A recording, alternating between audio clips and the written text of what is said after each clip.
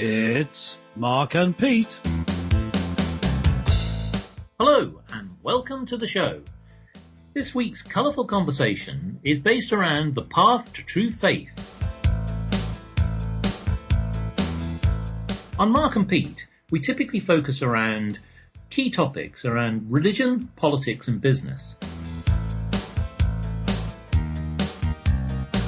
When it comes to faith, it means different things to different people. When you look at your life in the 21st century, whether in business, whether in your social life, people believe different things. But what does faith really mean? What does it mean to you? What it might mean to me may mean something else. So with me today is Pete. Pete, give us your guidance on what faith really means and how people should really look at faith in true perspective.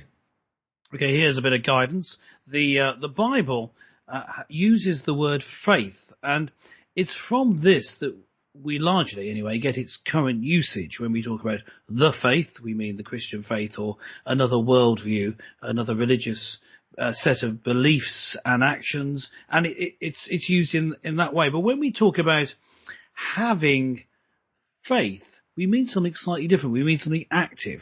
In fact, we mean relying on something.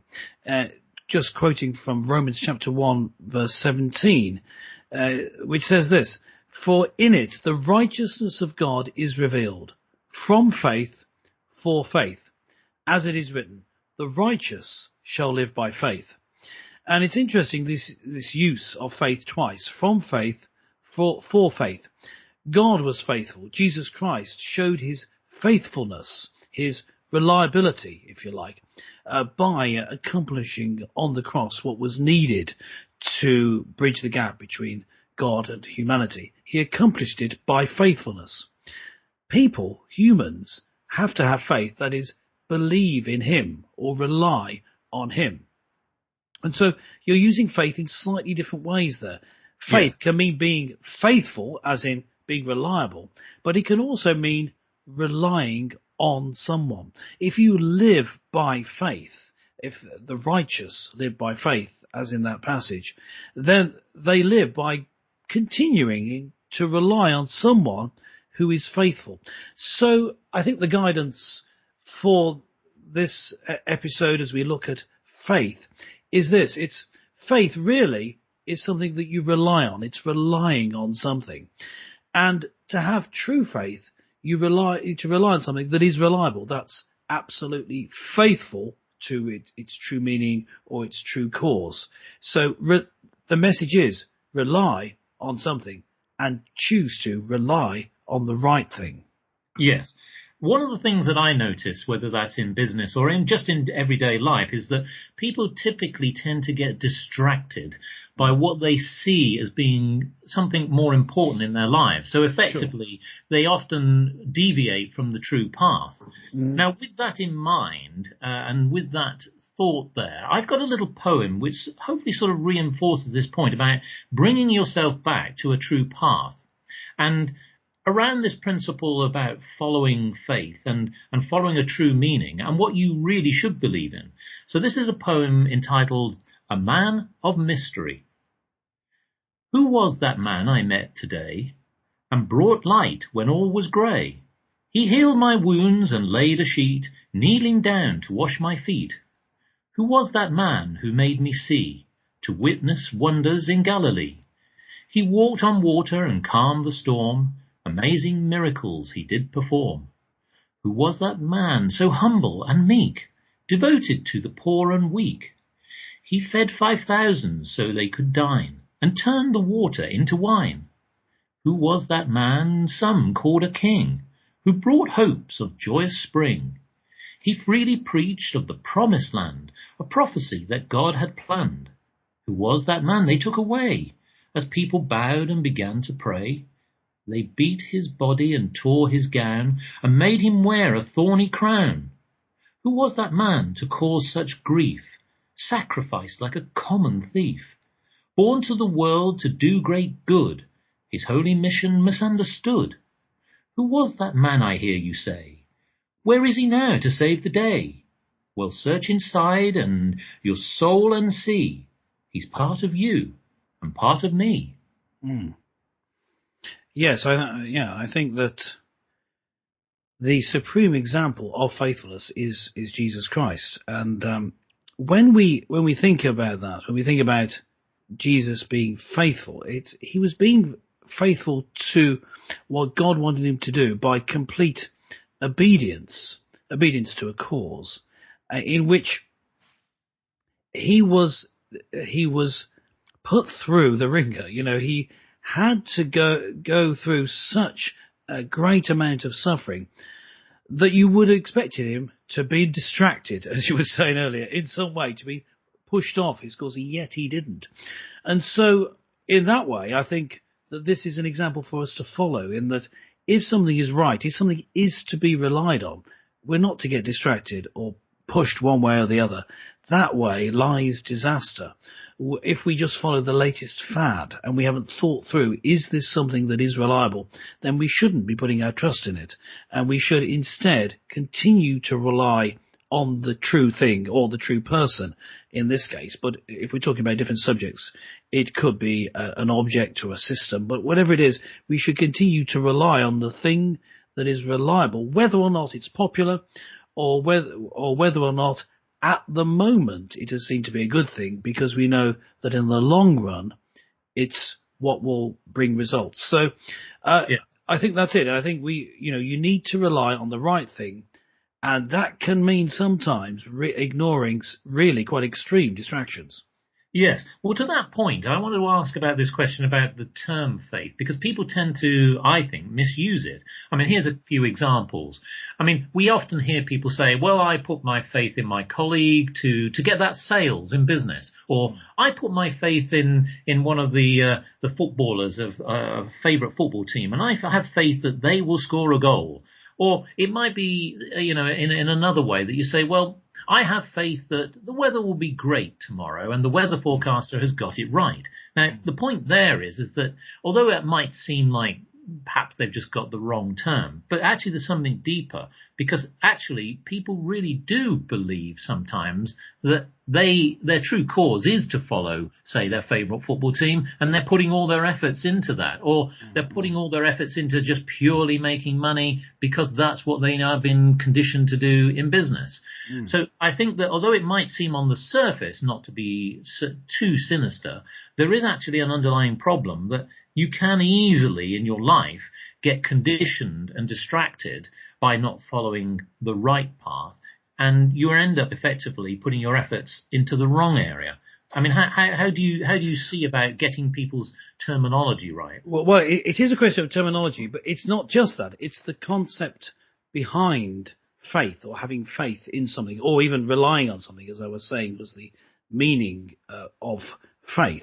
If you're doing that in something that's less than reliable, what you're doing is allowing yourself to be carried along by whoever that is. If your faith is in your football team, when they let you down, you're going to be down. When they're up in the league, you're going to be up. You're relying on the wrong thing. So what you need to be able to do is to have different levels of faith, of how much you believe or rely on something. So if you had your football team as a source of entertainment, but really in your life what you were relying on was something else, something deeper, something more reliable, and as Christians we would say relying on Jesus Christ to sustain you, then you're going to have your life being level and steady, you being able to be fixed in your faith, not being kicked this way and that, not going up in highs and then down into depression. But if you then at a secondary level, rather, you can then have an interest in something else. Then with these different levels of faith, I have faith in my team, but that doesn't mean the same thing as this deeper, this bedrock level of faith. Then you're going to be okay. You need to be able to distinguish between the different levels. I mean, really, yes, if you were using more correct terminology, you shouldn't really be saying you have, for example, faith in your football team. What you're doing is having hope for your football team. Yes. You hope that they do well. So it's sense. hope for your football team rather than faith in your football team. And when you say, I believe in them, what you mean is, I really want them to succeed. It's not the same thing. So if you're going to get your terminology right, that's it. But if you're going to use the word faith, then at least make sure that you're using it in a different way in your mind. You're not really putting all your faith in something that in essence isn't that reliable.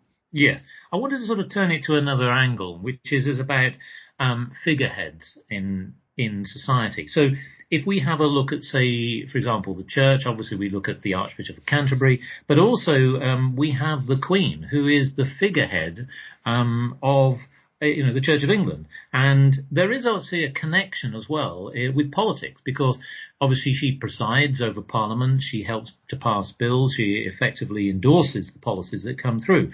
But on that point, that she is effectively representing faith.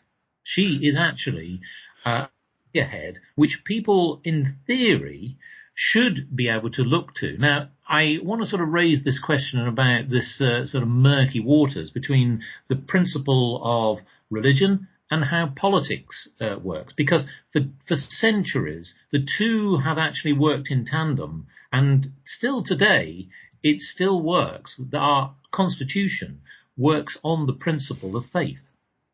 Yes, this what seems like an anomaly these days, having our head of state being the head of the church, is in fact actually more congruent, more consistent. It's more congruent with faith in Jesus Christ, because you can't separate out different areas and say, well, Jesus isn't in charge of this bit, or this bit doesn't need to fit in with my religious belief.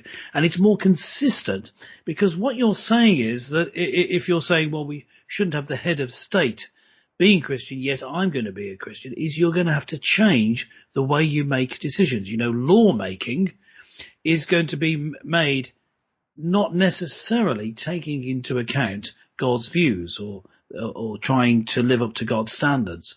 If you're going to separate out church from state, or church from the head of state, or faith from politics, if you're going to do that, separate it, as is done to large part in the United States of America, then what you're going to have happening is glaring inconsistencies. And in the end, the whole project can be hijacked by people who have a stronger faith.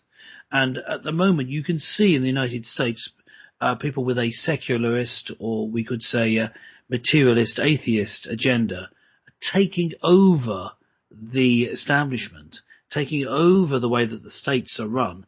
And they're able to do this because there's been this separation between church and state, whereas really you can't separate it.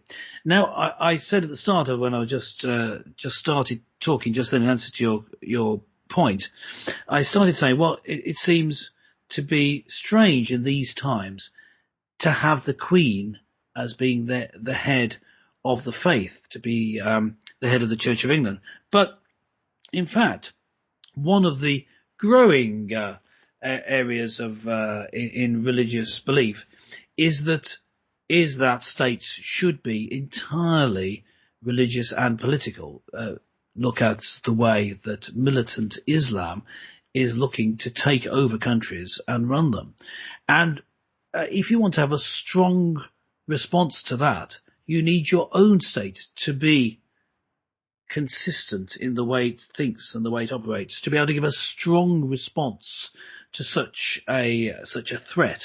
And so having the Queen as the head of state and as the head of the church makes sense, as long as you're saying, well, look, the reason that is that we want decisions in politics to be made on the same principles, taking into account God's views, what the Bible says, putting righteousness and justice first, as God outlines them, to be the way that we run the country. So from the point of view of Christians, I think they've got to say, look, either you're a Christian country or you're not, and a fudge halfway just doesn't work. So I think it's good that the the Queen is the head of state, that is in that position. But I think that the rest of the country needs to live up to that. Yes. Well, I wanted to also pick up on a point that you mentioned earlier, which is about the point of justice, because there again is something that we're all very familiar with in the court of law. If somebody is guilty of some misdemeanor, they perhaps have been brought to justice in some way, one of the things that happens as part of the ritual is that effectively you place your right hand on the Bible and you actually make the commitment that you are telling the truth, i.e. you have faith in the path of righteousness, you have the faith in the fact that the person is saying something that is correct under the eyes of God, that you are saying something that isn't just complying with law, but you are actually being truthful. Now, that is something which is embedded even within our infrastructure, our law, our systems. So there again, this idea of the path to the real truth, to real faith, is something that is, again, I think, is something that is quite important to remind people that it's not just something that is something ephemeral and flippant. It's actually something that you should adhere to on a daily basis, every day, every week, every year. And often people do, in my opinion, do get distracted. So I think the point that we mentioned earlier, whether you have faith in your football team or whether you have faith even in your colleague, actually you have to be really careful about the way that you are positioning things. Yes, I mean, let's look at what people have faith in. I mean, let's put this in practical terms. If someone gets into trouble, who do they have faith in to sort them out? Well, for many people, if they're getting attacked or they're fearful that their home has been burgled, they have faith that the police are going to sort it out. So they're believing in a group of men who are, of course, fallible, men and women, sorry, who are, of course, fallible, but they are right to trust them because of the purpose that they're there for. They have faith in the authority of that position. And so I'm making a distinction between the actual people who are carrying out the role of policemen and what the ideal role is. Who is a police officer? Who are they? Well, they are someone who is given the rights to sort out of a situation. They may not, in the end, be able to sort it out, but they have the authority to do so. And so you're putting your faith in an ideal, if you like. You're putting your faith in what you hope the policeman can accomplish because they have the right to do so, that authority. But as soon as you start to diminish that, if you take away from the policeman his authority, then who are you going to have faith in to help you? You can't. You've got no one to come and help you in that situation, other than perhaps vigilantes or taking things into your own hands. You need to have a structure in society in which people can put their faith. Yes. And so the reason for me saying this is they're saying having trust and faith in authority, as long as it's the right authority figures, is a good thing, and we should support good and just authority figures and structures of authority, hierarchies that are put in place that are good and right, so that people don't trust in ones that are unhelpful. For example, if the police lose their sense of authority, people don't trust them. What will they put their faith in? In something else, a vigilante system, maybe the local mafia, whatever it is, something that is unhelpful to society as a whole. So we need to absolutely strongly support our police and other systems that are put into place and other authority figures. We must strongly support our teachers. We must strongly support our politicians.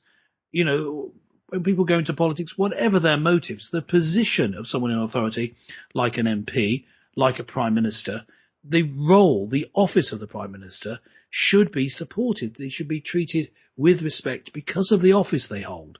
Yes. Even if they themselves are not fulfilling it very well, the actual office should be treated with respect because you need that authority and you need to have faith in it. They need to be supported in it so that people can have faith in it. If they're not having faith in that, who are they having faith in? And the whole of society can unravel. So faith is very important. Yes. Well, to that point, I'm going to use a term that's often used in business, which is this principle of making sure that you implement best practice. So I'm just going to sort of raise a point here. There's a couple of little thought-provoking poems, very short, but you'll see the point here. And this is something that I would encourage people to think about when they wake up in the morning. And although they've got lots of things on their minds and they've got lots of activities to consider, just take a moment and just listen to this. So this first one is called Good Books. God keeps a little black book with notes on all our lives, then reads the riot act to determine who survives. So keep a little red book, a Bible on the shelf. Every day take a moment and read it to yourself. So the idea there is that, again, in terms of following this path to faith, is actually, in terms of best practice, that's something that we should do. Clearly, following Jesus, following the Word of God. Now, the counter to that, of course, is bad books. So here's just another thought-provoking point. I keep a pristine red book, a Bible on the shelf. Every day I take a moment to read it to myself. I also have a dark book containing material that offends. Now I'm in God's little black book, which is where the story ends. Oh dear. Clearly, we do get distracted by perhaps some things that aren't always good for us. And, of course, I'm sure that we all try and lead good, clean, healthy lives. But unfortunately, there are those temptations to sort of stray away from the path of righteousness. But the point here is that it is actually good to read the Bible. It's good to, on regular practice, get down to the deep meaning and really sort of continue to sort of look at those words. Because if we don't, again, we often put, as you say, our faith into the wrong area. So just as a point, I just wanted to ask you, what would you advise our listeners to do on a daily basis or a weekly basis, and how that they should sort of guide themselves better in their daily lives? Well, you see, the guidance that we want really ultimately comes from God.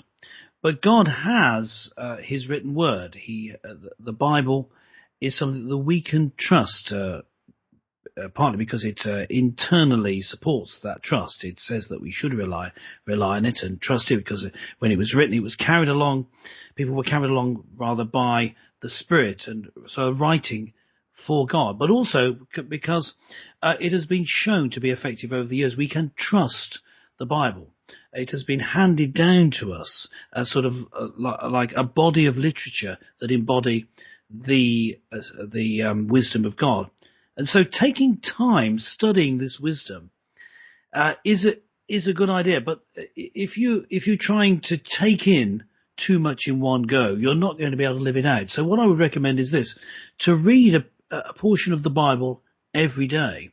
In fact, I would recommend reading 2 bits of the Bible, and that is to systematically make your way through the Bible. There's many reading plans available. We'll put a link to one in the show notes, so that you read through the whole Bible in about a year. So why not plan to read through the Bible in a year, so that you've got all of God's wisdom, and you've followed it through, and you've got the whole sweep of the Bible and the message, rather than getting hung up on problem passages. You've got the whole idea of it. But also, each day taking one verse as your key verse for the day and letting it mull over in your mind. Say it to yourself several times. Maybe you'll have time to learn it, but at least say it to yourselves several times and then let it mull in your mind. What I do is I go for a run in the morning and have a Bible reading that I've just read in my mind, or even listen to it as I'm jogging along, and allow the thought from the Bible to permeate in my mind, consciously deciding not to doubt it. Because, of course, there are problems with certain bits in the Bible. Bits aren't that understood. But if you're letting that get in the way, that's a distraction. Because what you're wanting to do is allow, rather than judging the Bible, allow the Bible to speak to you and to judge you, if you like.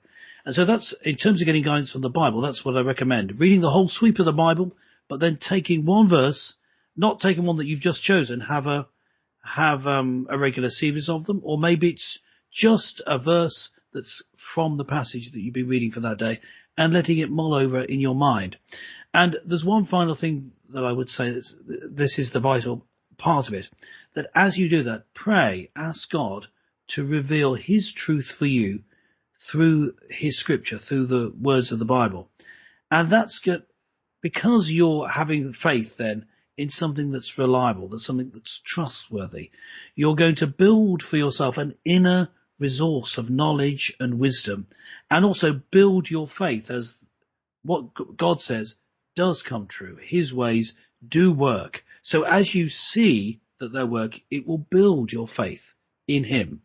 And so your life, the way that you live your life, will grow from step to step to step. We call it developing a second nature. First nature has gone wrong for all of us. All of us who are humans, we get things wrong. We're made in the image of God, but it's a distorted image. This is the way to get it right, to be gradually reformed in the image of God, to read God's word in the way that I've described, allow it to permeate your whole life, trusting in him to teach you the way to live. Then you'll get the right guidance, you'll be having faith in the right person, and your life will be put in order such that for the lesser faiths you have, trust in your football team as we keep mentioning, or maybe we've got some hockey fans, trust in your hockey team, whatever it is, you'll get, that's going to be put into its proper place.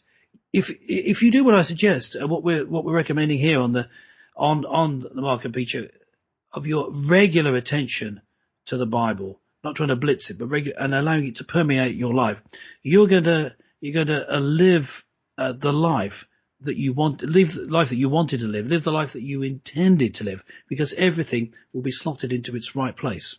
Yes, and with that even if you have read the Bible, and you may have read it several times, the point is it's an ongoing process. Yeah. This is something that you need to keep up as, we often say in business, best practice. So with that, we welcome your input, listeners. I mean, do you read the Bible every day? What do you get out of it? Tell us and drop us a line. Join us again for more colourful conversations with Mark and Pete.